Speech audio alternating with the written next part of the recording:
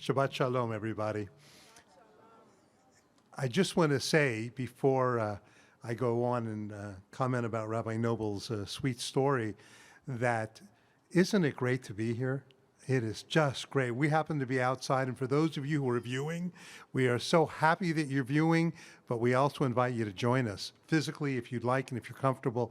We happen to be outside in the most beautiful setting on a beautiful, beautiful evening.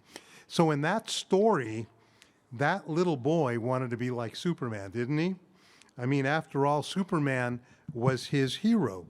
Now, in truth, Superman was really a superhero. In case you don't know the difference between a hero and a superhero, because I didn't know the difference, so I looked it up. I did my research, and I found the difference.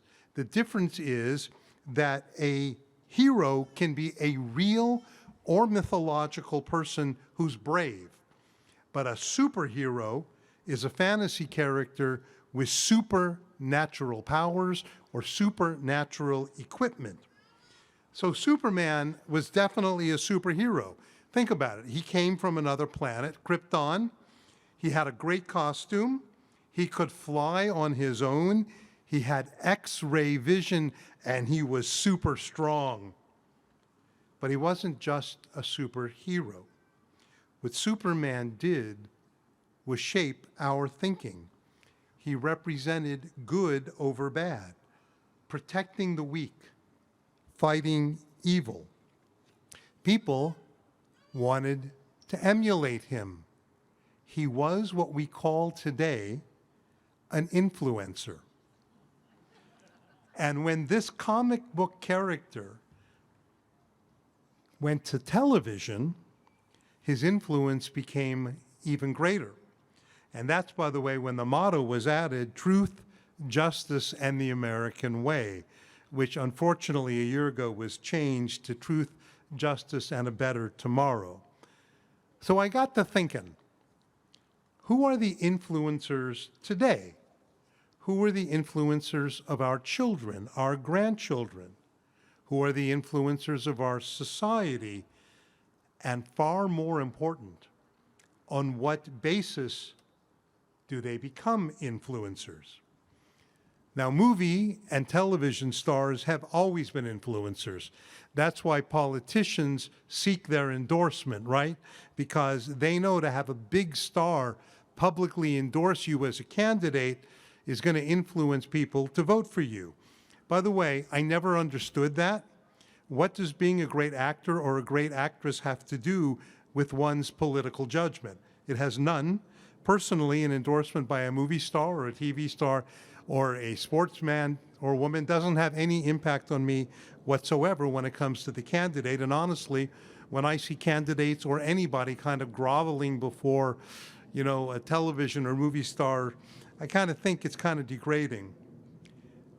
But that's always been the case with movie stars and TV stars. In recent years, a new wave of influencers has arisen. And the platform for that is, of course, social media. Now, social media, like many things, is a mixed bag. Undeniably, it can do a lot of great things, and undeniably, it can do a lot of harm. And social media, for many, both children and adult alike, can be a very dangerous and addicting drug. So how does exactly someone become an influencer on TikTok, on Instagram, on Facebook, on Snapchat? Well, they may have a great talent. They may have great looks. They may have charm. They may have intelligence. Some were famous before, like Eminem, or LeBron James, or Justin Bieber, or Cristiano Ronaldo. And some were people who we never heard of before, and they become great influencers. Well, that may be fine, but here's my concern. These influencers have extraordinary influence on our children, and that can be good, and that can be bad. On what basis do they become influencers? For most, it is not because they are moral giants. For most, it's because they have a talent or they do something outlandish. The more physical alluring they can be, the crazier that they act, in some cases, the more influential they become. TikTok, which is very popular among teens and tweens, has videos of kids dancing, lip syncing, or doing rather dangerous stunts for one reason: to get more likes and to get more followers. That concerns me. And I think it should concern all of us, because a measure of a society is, indeed a measure of each of us, is how we choose those who influence our lives. You know, for many children, it is their goal, more than any other goal, to become famous.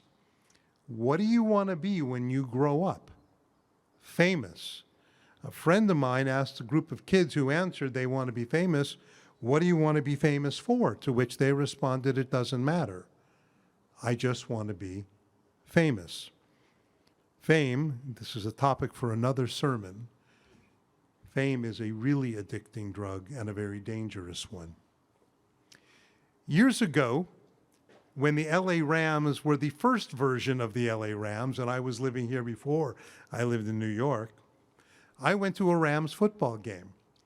And they had a contest during halftime. 7th graders, 8th graders, and 9th graders, which in each grade could throw the football the furthest.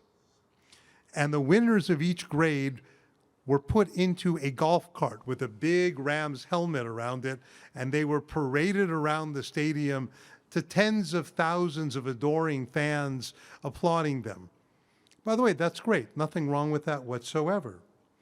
But I started thinking about that too. Are there contests for kids who spend their lives doing good? Kids who volunteer more than other kids? Kids who visit the sick or go to a home for the elderly? How do we recognize those? How do we reinforce those? My friend Rabbi Joseph Telushkin has a great insight and great advice for parents and for grandparents. If what you want most is your children to act good, then save your greatest praise for them when they do something kind to another child. Praise them when they get good grades, sure. Praise them when they make the basketball team or when they do something good in school. That's all worth praising.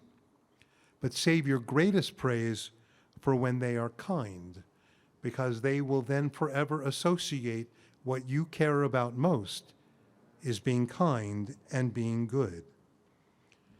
My friends, what society and what parents reward, who we see as our influencers, is undeniably a measure of our values. To my mind, religion done correctly, Judaism in this case done right, should always, always place decency and fighting for good above all. And in that regard, religion today has to, by definition, at times be countercultural. All of us, religious leaders included, have to at some time search our souls and ask the question, do we embrace the general culture or do we stand against it? Because if all we do is embrace the general culture, there is no need for religion. If all we do is wave a finger and a flag to see what people want or what people think, you don't need religion. Sometimes we have to applaud influences that are in a society that are good. But sometimes in religious life, we should have the courage to stand out against those which are harmful. And I hope that parents and grandparents also applaud all the influences that are good and will also stand up against those that are harmful. After all, if religion, parents, and grandparents don't, who will? Shabbat Shalom.